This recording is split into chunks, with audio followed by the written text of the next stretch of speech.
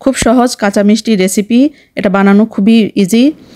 এখানে কিছু ছানা নিয়েছি, ভালো করে ম্যাশ করে নিব। সবগুলো ভালোভাবে ম্যাশ করে নিলাম। এখন অর্ধেক অর্ধেক করে ভাগ করে নিব।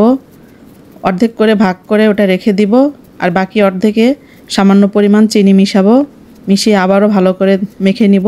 একটা ফ্রাই প্যানে দিয়ে দিব চিনি মাখানো ছানা, দিয়ে অনবরত নেড়েচেড়ে মিশিয়ে নিব। এভাবে মিষ্টি তৈরি করলে বাজার থেকে আর কিনে খেতে হবে না। এবার অ্যাড করে দিব কনডেন্স মিল্ক, এখানে পরিমাণ মতো দিয়েছি। দিয়ে আবারও ভালো করে নেড়েচেড়ে জাল করে নিব। অনবরত নেড়েচেড়ে এটা জাল করে নিতে হবে। ঘন হয়ে এসেছে, প্যান থেকে যখন ছেড়ে দিবে তখন চুলাটা বন্ধ করে ওই ছানাটা দিয়ে ভালো করে মিশিয়ে একটা ছড়ানো পাত্রে নামিয়ে নিলাম।